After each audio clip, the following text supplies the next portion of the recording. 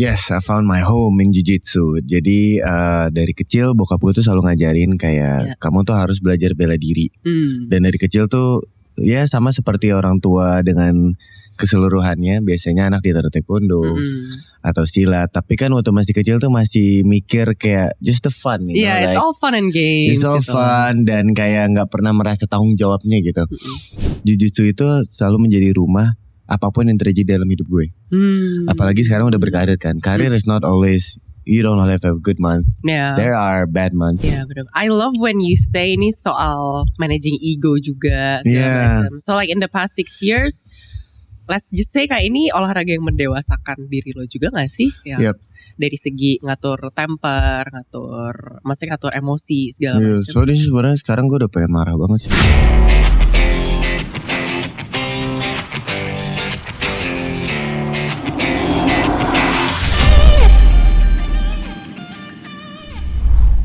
Halo Dashers, selamat bergabung dan kembali di Easy Pace Podcast, persembahan dari Dashport. Hari ini aku bakal ngobrol bareng Dava Wardana. Halo Dash. Seru banget deh. Ini salah satu guest star yang sudah kami tunggu-tunggu. Aja itu semua.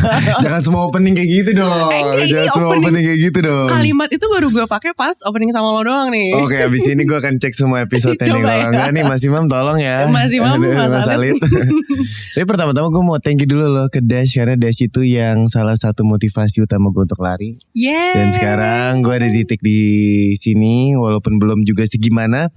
Tapi gue bisa akuin kalau gue mulainya itu karena influence dari Dash. Oh iya. Iya, dan semua pertemanannya di situ. Seru sih, tapi emang community-nya ya. Yes, karena menurut gue apapun yang berawal dari community base dan kita merasa saling support, alhasil kita akan konsisten dan pengen go on the next step. Oh my god. That is such a good statement, tuh bisa buat opening dan closing ya. Ini buat nanti snippet-snippet di Instagram nih. Betul, bisa nih. Nah, tapi hari ini gue mau kenal lebih dekat dengan Dava Wardana. Bukannya udah kenal ya? Belum ya? Lebih dekat lagi dong. Oke, dekat sini. Jadi kita track back dulu dari kamu semenjak masuk kuliah dan lulus di tahun 2020 itu gelarnya Accounting and Finance. Kamu kuliah di mana sih? Aku kuliah di Melbourne. Oh my god, that's so fun. Lulus berarti Lulus tahun 2020. Dan sebelumnya kan kamu kalau misalnya aku lihat di Instagram tuh emang udah aktif olahraga segala macam, Jiu-Jitsu, especially. Itu udah dari sebelum kamu kuliah atau itu sesuatu yang kamu temukan pas di sana? Itu sebelum kuliah. Oh iya. Sorry, itu pas lagi di Melbourne. So when I was in Melbourne, I had quite a relationship with. I had a girlfriend at that time cukup lama. Terus waktu putus, I had to find something yang gue itu produktif. Dan gue bisa tetap merasa kayak gue berkembang dan gue tuh bisa community based yang merasa disupport gitu. To fill in my free time when I'm not in a relationship, right? Dan gue harus berterima kasih banget sama Jiu-Jitsu. Dan gue mulai itu pas saat di Melbourne di tahun 2018. Kenapa? Karena Melbourne itu kan majority cukup dingin. Kecuali di mulai sekarang nih Desember, Januari, Februari, Maret. Tapi itu kan fase kuliah yang summer break.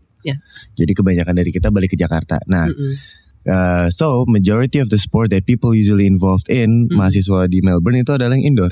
Oh, I see. And then you found Jiu-Jitsu. Yes, I found my home in Jiu-Jitsu. Jadi dari kecil bokap gue tuh selalu ngajarin kayak kamu tuh harus belajar bela diri. Dan dari kecil tuh ya sama seperti orang tua dengan keseluruhannya, biasanya anak ditaruh taekwondo atau silat. Tapi kan waktu masih kecil tuh masih mikir kayak just the fun, it's all fun and games. It's all fun dan kayak nggak pernah merasa tanggung jawabnya gitu. Tapi pas kuliah udah mulai merasa kayak oke, kayaknya bela diri itu suatu komitmen yang gue bisa kayak gue bisa berkembang dengan diri gue sendiri. Karena kenapa? My dad always teach me at the end of the day yang bisa ngejaga diri kita hanya diri kita sendiri. Bela diri bukan nantinya kita merasa pengen jago berantem malah show off. Tapi untuk kita bisa melatih mentality kita dan juga menjaga diri kita sendiri.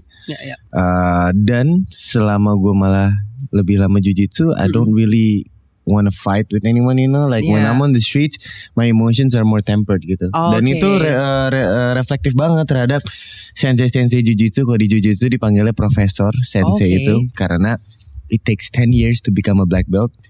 Jadi you can bisa jadi mendapatkan degree profesor kita di untuk How many itu. years are you in now? 6, so I'm in my purple belt.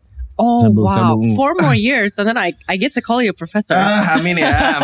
Semoga jangan sampai ada cedera, semoga tetap konsisten. Amin. Tapi ya intinya untuk mendapatkan black belt itu cukup lama. Itu yang makanya gue suka banget dan konsisten dedikasi terhadap jiu-jitsu because belts are not taken for granted. I see. When people have the belt, kita respect karena you earn it. It takes a lot of hours, dedication, komitmen pastinya. Gitu. Sabaran juga ya pastinya. Betul. Tapi aku penasaran deh. I mean, out of all sports that you could have picked when you got heartbroken at that time. Maksudnya that's a good post breakup story gitu loh. Kayak I found jiu-jitsu, I found myself of course. Tapi why jiu-jitsu? Mungkin waktu itu Dash belum ada di Melbourne gitu ya.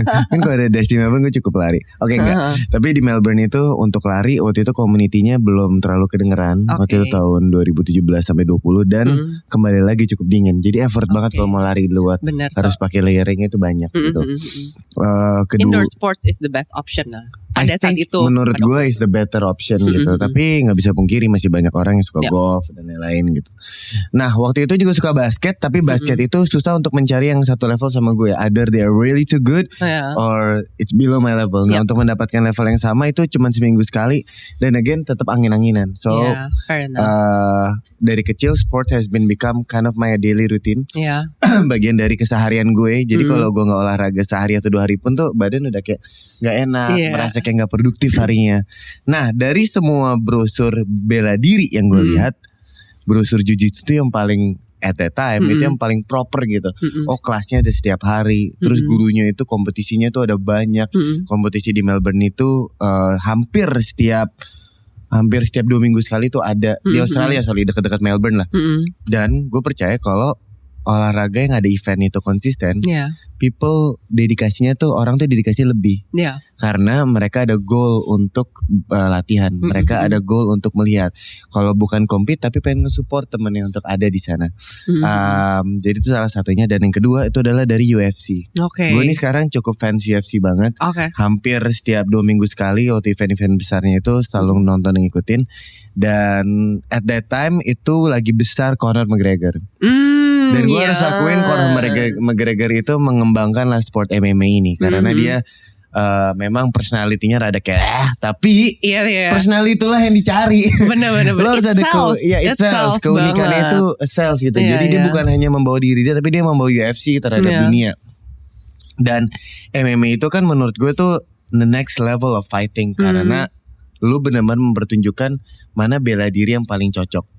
Pun juga belum tentu fighter ini nih misalnya Conor sama Khabib. Khabib lebih terkenal grappling, sambo, jiu-jitsunya. Conor lebih terkenal boxing. Tapi kan itu nggak juga bilang kayak oh jiu-jitsu is better than boxing. Nggak juga. Cuman dari situ tuh gue mulai ngulik tuh tentang UFC. Dan I track back UFC itu berawal dari jiu-jitsu, which is the Gracie family. Karena mereka pengen nge-showcase pada saat itu bahwa bela diri jiu-jitsu itu orang cukup efektif karena kita tidak harus memukul orang dan kita bisa mencekik dan neutralize our opponent through leveraging your opponent's body weight. Kayak misalnya kita ditonjok ke depan, berarti force-nya ke depan, ya kita redirect force-nya gitu. Dan piting-pitingan habis itu. Ini seru banget sih. I feel like I'm getting a master class of jiu-jitsu dari Should we make a master class dashboard of mungkin jiu-jitsu? bikin segmen baru master class oleh atlet-atlet di cabur yang berbeda-beda. Tapi talking about 6 years of jiu-jitsu, what is it like? Maksudnya 6 tahun mencintai olahraga ini, ups and downs itu seperti apa? Ya banyak downsnya pas lagi COVID ya. Karena kan itu olahraga yang paling gak ada PSBB-nya. Close contact banget ya. Oh iya, by the way udah lama gak denger kata-kata PSBB. Well, I'm reviving it now. Jadi pada saat itu COVID itu cukup down lah. Karena kembali lagi sekolah pada tutup. Dan kita kan sama seperti Dash Community. Community kita pengen datang untuk community-nya, ketemu orangnya. dan merasa berkembang bersama dengan timnya gitu. Kebanyakan downside di COVID karena ujung-ujungnya gue tuh cuman ngegelar matras di rumah, di garasi rumah, dan with my 5 circles that we always just train with together gitu. Dan levelnya itu sangat jauh berbeda, jadi susah lah. Nah, untuk ups and downs-nya sebenarnya malah gue sempat nulis ini di Instagram gue. Jujutsu itu selalu menjadi rumah apapun yang terjadi dalam hidup gue. Apalagi sekarang udah berkarir kan. Karir is not always, you don't have a good month. There are bad months. There are shit months. There are also excellent, loving months juga gitu. Dan gue ngerasa di Jiu-Jitsu itu bisa selalu menjadi gue merilis energi-energi baik dan buruk ini. Tapi juga tidak mencederakan lawan gue. Karena di titik gue sekarang gue udah bisa cukup tahu lah untuk mencoba untuk tidak mencederakan lawan gitu. But how do you do that? Maksudnya kan itu olahraga yang close contact banget dan mau gak mau pasti akan ada yang cedera dong. Either it's a dislocated shoulder atau misalnya dislocated finger, like I don't know. Like so we never know. Risknya kan selalu ada, apalagi namanya close contact sport. Dan ini kita tidak bisa diasuransikan ya kalau misalnya jiu-jitsu sebagai hobi. Tapi semakin kita lebih ngerti cara badan kita bergerak, cara lawan kita bergerak, dan banyak yang bilang kita bisa tahu personality orang tuh dari jiu-jitsu karena ada orang yang kompetitif banget, nggak pernah mau kalah, jadi dia sangat kayak semua event kayak sparring doang, sparring session doang tuh harus kayak kelihatan menonjol gitu. Nah tapi ya selama the more you train, kita tuh jadi bisa ngetemper ego kita kayak makanya belt itu tuh bukan hanya kayak lo jadi semakin jago, tapi juga belt itu adalah persembahan lo juga untuk menguasai ego diri lo sendiri di jiu-jitsu, because you're gonna meet new people, new students yang mungkin masih bingung banget, masih bodoh banget pada saat itu, dan kita harus sabar ngajarin, oh gini lo cara geraknya. Karena if I show you jiu-jitsu video now, lo pasti bingung kayak ini ngapain sih? Ini orang kedua ngapain sih? Ya memang tujuannya ngepiting, tapi kayak ini satu di atas dari bawah tuh ngapain sih? Nah, ya kita sebagai yang sudah lebih mau senior harus ngetemper ego kita untuk ngajarin mereka. Tapi kan kalau mereka berkembang itu adalah suatu yang it feels really good, kan? It's like ya kita berdampak baik lah terhadap orang tersebut. Dan ya kita juga belajar untuk kalau misalnya udah submissionnya di sana, misalnya armbar, kayak armbar itu tangannya udah lurus. Ya udah kalau misalnya sparring aja misalnya competition gak usah sampai di yanket sampai benar-benar kayak naik banget gitu loh. Ya udah penting posisi udah kelok, ya udah lawannya pasti nge-tap. Dan juga terakhir ada istilah namanya tap early. Gak ada lah kita harus misalnya udah dicekek atau misalnya udah dipiting tangannya terus kita nggak mau nge-tap karena ego kita gitu loh. Nggak mau nanti kelihatan jelek, semua orang lihat kita di-tap sama lower belt atau enggak yang lebih muda daripada kita. That's ego. Then we learn kayak dude, ya udah nge-tap aja daripada kita nggak bisa latihan 3 bulan setelah itu karena cedera, nggak bisa kerja juga atau ngapain selama 3 bulan. Ya udah we're just sparring, kecuali kalau turnamen beda sendiri, kita ada goal yang kita harus ngasih lihat. Nah itu sih menjaga lah, dan karena gue juga sekarang kerja di entertainment, this is gonna be my asset. Jadi amit-amit banget kalau misalnya ternyata gue gak bisa kerja gitu. Jadi kayak jiu-jitsu kan mulai dari standing. Kebanyakan gerakan eksplosif dan twisted itu dari standing. Kayak kita nge-double leg takedown, kita takedown lah intinya. Dan gue coba mengurangi takedown tersebut. Jadi langsung mulai main di bawah. Jadi explosiveness-nya itu lebih bisa dijaga dan dikurangi gitu. I see. Ini seru banget deh. Gue tadi kayak gue yakin satu ruangan nih pada nyimak semua kayak gitu ternyata jiu-jitsu. Ya semoga ya gitu lah jiu-jitsu.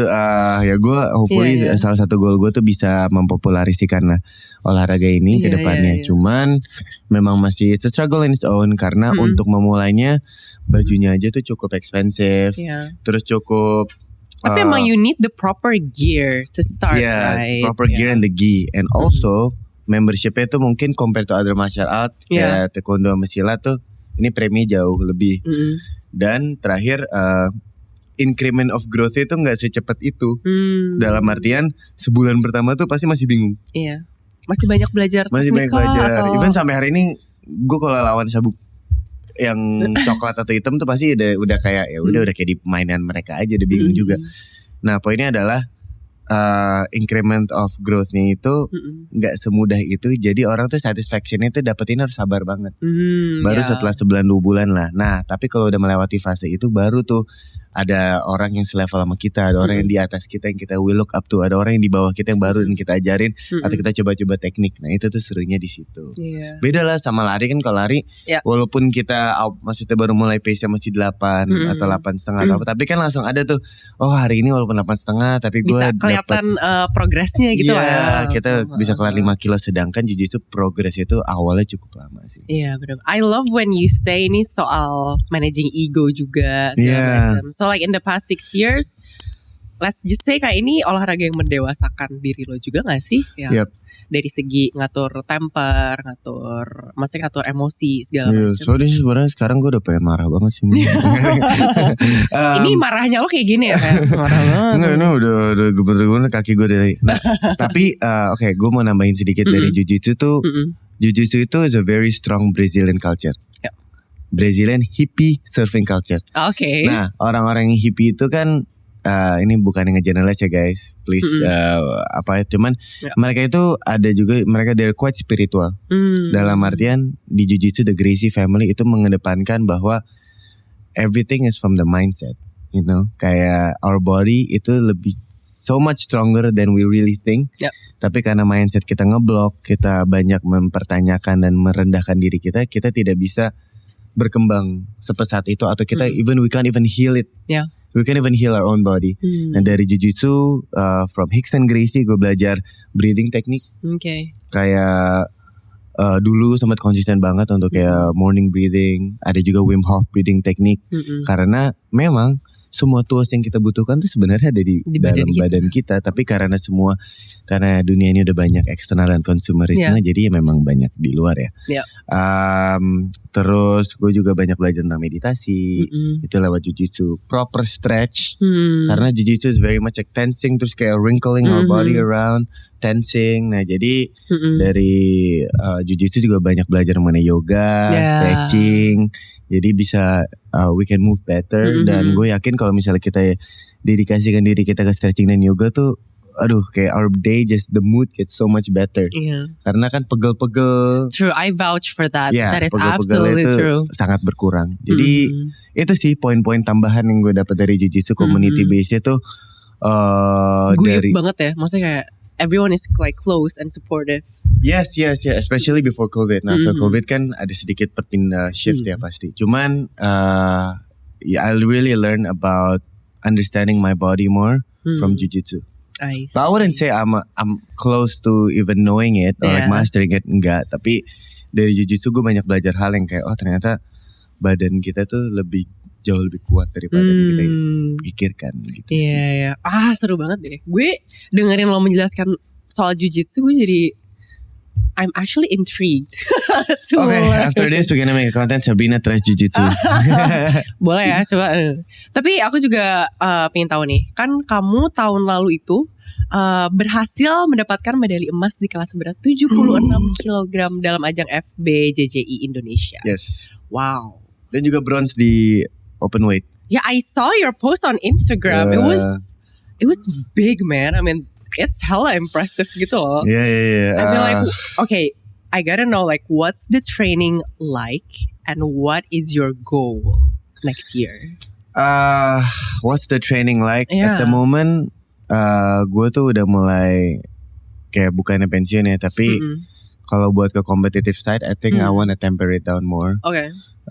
Menurut gue udah pengen full time bekerja sekarang dan itu akan menjadi priority gue.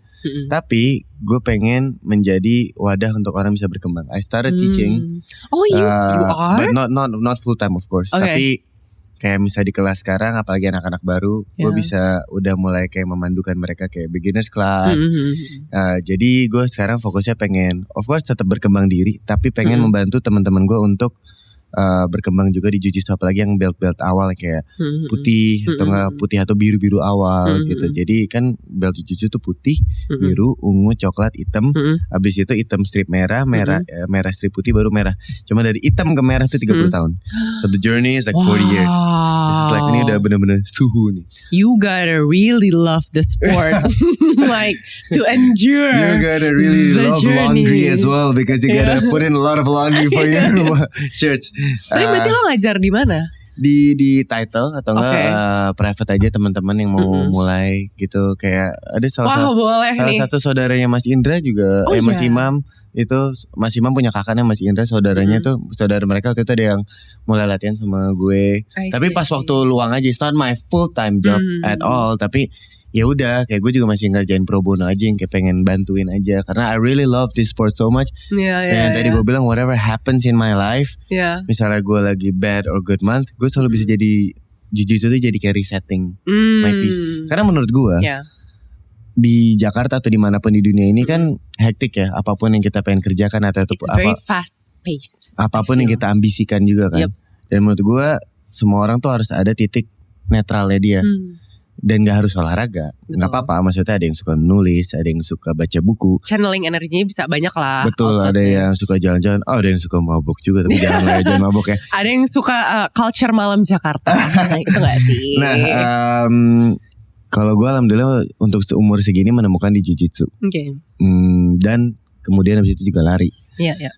Tapi olahraga ini udah memberikan banyak manfaat terhadap diri gue. Dan sekarang di titik ini udah 6 tahun, gue pengen memberikan energi balik itu terhadap orang-orang yang membutuhkan gitu untuk sekarang. Tapi kalau buat kompetisi, it takes real effort karena kompetisi di jiu-jitsu itu tuh ada berat badan. Dan sebenarnya ideally I supposed to fight di minus 70. Jadi berat badan gue harusnya 68-an. Pakai baju baru ke 70. Berarti kamu naikin berat badan dong kemarin. Kalau yang kemarin tuh minus 76 kan. Jadi karena memang lagi di 71, terus kayak nggak ada waktu nih untuk nurunin. Ya udah makan aja yang banyak, jadi ke 74. Tapi idealnya tuh sebenarnya di 68. Nah cuman untuk nurunin itu kan effort banget kayak harus cutting lagi dong berarti. Makan cuma 2 kali sehari, banyakin lari biar keluar semua, banyakin sauna biar juga keluar semua. Karena waktu itu belajar kan water weight. Fun fact, kita emang sih ini very very like ini common sense banget. Tapi kalau kita ke toilet abis buang air kecil, berat badan kita bisa beda 200 gram. Ya memang kan pasti kan lumayan. Pasti, apalagi kalau abis buang air besar, itu bisa turun 1 kilo sendiri tau. Serius, makanya banyak orang yang bilang our weight, berat badan asli kita tuh adalah di pagi hari setelah kita BAB, setelah kita buang air besar dan belum makan apapun. Jadi please saya guys, kalau misalnya sore-sore kayak berat badan saya naik, kayak come on ya, iyalah kalian baru makan, kalian baru minum kopi, baru nyemil sana sini ya. Ya wajar. Tapi kalau pagi lah, itu yang menurut gue itu yang paling akurat. Jadi training itunya, terus kedua juga terlalu dedikasinya banyak banget sih kalau buat jiu-jitsu. Kalau buat trainingnya, karena it's like it's a martial art at the end of the day. It's like a fight, you know. So you give up so much in your body menurut gue. Jadi untuk sekarang my goal is I want to give back more to the community kalau buat jiu-jitsu. Dan goal baru gue adalah ya di sini nih. Ini nih yang sekarang akan menjadi 9 ya. Pusing gak tuh? Gitu. Ya semoga bisa menginfluence Sabrina dan teman-teman yang nonton. Tapi sumpah aku tarik loh. Maksudnya kayak how you talk about jiu-jitsu, managing ego, the process and everything. I'm actually intrigued. Kayak I might just hit you up and kayak Dav, kapan lo ngajar gue? Ya tapi ya cuman harus sabar aja ya guys. Awal-awalnya emang sangat membingungkan, but I can assure you after a while it's really. Terus kayak juga lucu, jiu-jitsu ada 2 kelas kan, kelas pagi sama kelas malam. Kelas pagi itu dinamika orangnya tuh beda, biasanya lebih orang tua setelah ngantar anaknya sekolah. Early riser lah. Ya sebelum mereka ngantor gitu. Jadi we call it bapak-bapak jiu-jitsu. Bapak-bapak jiu-jitsu. Jadi habis nganterin mereka anak sekolah jam 7-an tuh mereka ke kelas. Terus sebelum ngantor jam 9 atau jam 10. Kalau malam tuh biasanya seumuran gue atau anak kuliahan atau yang baru yang masih pada bujang lah. Nah itu tuh biasanya the harder trainings are at night. Dan itu sih menarik sih. I might just sign up after the session. I think you fit in, man. Like your I'm a quite tall girl, so like maybe it suits me. Dan fun fact, baru banget kemarin sahabat gue itu menang Jiu-Jitsu World Pro di Abu Dhabi. Gue lihat di story itu keren banget sih. Oh my god, nih gue harus kasih lihat. Dia berarti kategori beratnya berapa tuh? Bestie Simi, kenapa? Gitu. So kategori cool. Berat 70 nggak salah ya. Wow. 70. Ya kabar ini ya kabar. Go. kabar membanggakan dari Indonesia. Iya, itu keren banget sih. Iya. Oke. Kita sekarang mau water break segmen dulu. Oke. Dimana I'm gonna ask you rapid questions. Benar, ini benar sih. Jadi nanti di water break ini aku akan menanyakan kepada Dava rapid questions, and then you just have to answer. It's just like 4 or 5 questions. Rapid questions bersama Dava Wardana. Strength or stamina? Stamina. Takedown moves or runner's high? Hah? Takedown maksudnya? What's runner's high? Runner's high is when you run. Jadi ada certain kilometers your body starts to feel good. And then you just don't want to stop. Runner's high, for sure. I don't like takedown moves. Yeah, okay. Quick reflexes or steady pace? Steady pace. Team drills or solo runs? Aduh, gak ada yang di tengah ya? You can't be in between. Solo runs. Fight day or race day? Race day. Yeah. Kemarin Dava baru menyelesaikan full marathon di Maybank ya. Tuh, gue biar bisa nge-link ke situ. Yeah, it's my first ever Virgin Marathon. And you finished like quite fast loh. I mean, oh, thank you. Like what, 3 hours? Yes. 3 hours, right? Sub 3. No. Sub 3 gila loh. Sub 3 mah Mas Troy dia pelari cepat di Berlin kemarin. Enggak, 4:30. That's very fast for your first ever full. Di Bali dengan landscape yang sangat naik turun. Iya, I heard ada tanjakan di bagian akhirnya yang agak mengejutkan ya. Parah. Makanya shout out to Coach Zuhairi, dia dari Malaysia yang bantuin nge-pacerin gue. Nah, he tempered his ego untuk nemenin gue lari. Itu padahal buat dia yang kayak this is such an easy run, but for me it's like wait coach, wait. Karena running apalagi yang pertama if it's a marathon it gets very lonely and scary, Yeah. Karena kita sendiri kan. Benar. Jadi waktu itu dibantu di pacerin dia. And then I saw you nge-pacerin Malvin di GRF 21 kilo. Betul. Oh my god, that's cool man. Again like it's my effort untuk mencoba untuk give back terhadap community-nya gitu loh. It's like you're paying it forward gitu loh. Iya, kayak gue dapet ya waktu di maraton gue ngerasa sendiri, tapi gue dibantu sama orang.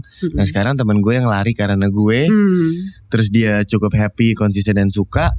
Mau pertama kali half marathon gue bilang kayak yaudah lah gue temenin aja. Nanti gue temenin, gue bantuin gel strateginya, electrolytes-nya dan juga coba kita finish di waktu yang untuk pertama tuh cukup oke gitu. He did. I mean, I'm really happy. Untuk pertama kali dia ya 21K, I was like oh my god. 500 meter terakhir gue lumayan kayak gue udah lagi. I saw the pictures, but it was so wholesome. Gue kayak oh my god, gue berharap ada temen gue yang rela nge-push gue 21 kilo tuh. It's not easy. It's not easy. It's not easy gitu loh. It's not easy, tapi kembali lagi shout out to JRF kemarin eventnya keren banget sih. Itu sepanjang awalnya tuh sebagai rute. So my first half marathon was last year in Jakarta Marathon. Yeah. Rutenya kali ini jauh lebih bagus karena tanjakannya nggak terlalu banyak dan enak banget, steril, full steril. Dan karena dipisah harinya, jadi half marathon tuh benar-benar mempunyai keleluasan untuk lari gitu. Jadi dari maraton dan half marathon tuh udah pelari beneran lah ya, jadi juga pelari yang cukup niat yang ada di situ, nggak ada yang fun run lagi karena kan half and kalau dicampur kan bisa ketemu yang 10K yang 5K yang lagi memang mereka fun run, jadi kan kadang suka apa ya, bukannya meremehkan sama sekali enggak, tapi bisa memenuhkan jalan gitu. Sedangkan kemarin JRF tuh keren banget, bisa steril dan memisahkan hari, jadi yang orang yang lebih benar-benar pengen lari secara komite tuh dan jauh tuh di 21 sama 42. Apalagi awalnya tuh gue sempat meremehkan kayak gini doang ciringnya. Ternyata sepanjang Sudirman, itu sepanjang terakhir itu semua community itu kayak wah gila keren banget. Dan mereka bisa menggabungkan community untuk datang support teman-temannya tuh. Itu top sih. Gila sih tim JRF tuh. That's very nice. Okay, I got a few questions left. Jadi the whole purpose of this podcast is helping people find their why and to keep them motivated. Tapi aku pengen tahu, you're in jiu-jitsu dan kamu lari juga. How do you keep your mental health sharp dan kuat gitu loh? Like it's a very mental sports juga kan soalnya. Mentally, how do you keep yourself sharp and like strong? Visit a psychologist. But it's okay loh. Yeah, I mean that could be one. Yeah. Kedua, goal aja sih menurut gue. Kayak itu sesuatu yang gue selalu mempertanyakan diri hampir setiap hari. Apalagi mau like we're 25, 26. True. Ini adalah umur-umur dimana yang lagi banyak quarter life crisis. Emang ya memang yang umur-umur yang lebih di atas belum ada apa-apanya, iya tahu. Tapi ini we're just handling it right now. Tapi kita dengan semuanya yang fast pace ada di depan mata kita sekarang, itu jadi kita tuh lebih merasa terpressure-nya tuh lebih awal ya. Tapi betul. Berkahnya adalah kita sekarang jadi banyak mempertanyakan evaluasi diri kita sendiri. Kembali lagi ke goalnya. Dan menurut gue goalnya itu gak selalu mengenai diri kita sendiri, tapi bisa membantu orang lain. Kalau buat gue bisa menemukan diri gue sendiri di lari, karena I can connect a lot with my followers di lari. Kayak banyak orang, gue banyak dapat DM dan komen orang itu kayak gue lari karena terinspirasi ngeliat lo konsisten lari gitu. Dan itu kan seneng ya, bisa kita beneficial terhadap orang lain gitu. Tapi juga jangan lupa kita harus mikirin diri kita sendiri. Cara dia mikirin diri kita sendiri adalah kita pun juga pengen berkembang dan komitmen terhadap olahraga tersebut. Cuman goal orang tuh beda-beda. Tapi menurut gue kembali lagi goal itu bukan hanya tentang diri kita sendiri, tapi gimana kita bisa berdampak terhadap orang lain, tapi harus bermulai dari diri kita sendiri. Yang kalau buat jiu-jitsu sama, kayak jiu-jitsu is a very tough sport. Menurut gue banyak banget self defense video di sana mengenai jiu-jitsu yang udah proven on the streets. Even a woman self defense on jiu-jitsu, apalagi di luar negeri kan kita nggak pernah tahu ya, kayak mereka tuh they can really hit on women very much more than in Indonesia. Tapi dengan jiu-jitsu tuh karena kan we learn to duck, we learn to not, we learn to neutralize opponent dan pakai leveraging body tekniknya gitu. Jadi gue berharap bisa membantu orang untuk lebih percaya diri dan menjaga diri mereka sendiri lewat bela diri jiu-jitsu. Dan pastinya merasa berkembang. Karena menurut gue at the end of the day, we feel more as a human kalau kita merasa kita berkembang dan kita bisa berdampak baik terhadap orang. Nah itu sih, dua hal itu aja sih yang gue pengen jadi silver lining di goal gue. Dia maksudnya kalau goal-goal secara spesifik kan pasti misalnya tahun depan gue pengen coba Tokyo dengan waktu sekian, atau pengen coba ini dengan waktu sekian. Mungkin race ini pengen cuman enjoy aja, enjoy the scenery, euphoria dan lain-lain gitu. Cuman yang paling penting adalah goal. Kalau nggak ada goal, cuman ikut FOMO doang, pasti nggak akan sustain guys. Gitu ya. Bener-bener. Pasti nggak akan sustain. Tapi gue percaya kok kalau lari itu bisa jauh lebih sustainable dari banyak olahraga lain, karena untuk memulai effortnya itu tidak besar. Eventnya semakin keren sekarang. Betul. Community juga semakin berkembang sekarang. Betul. Jadi untuk mulai itu alasannya udah sangat.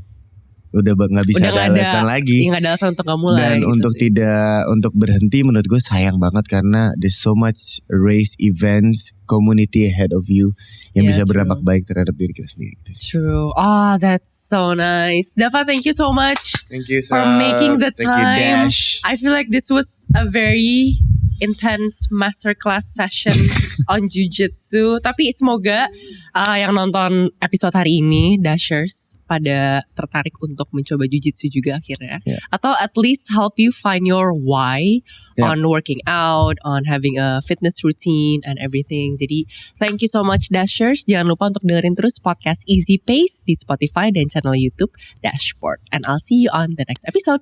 Dadah. Bye.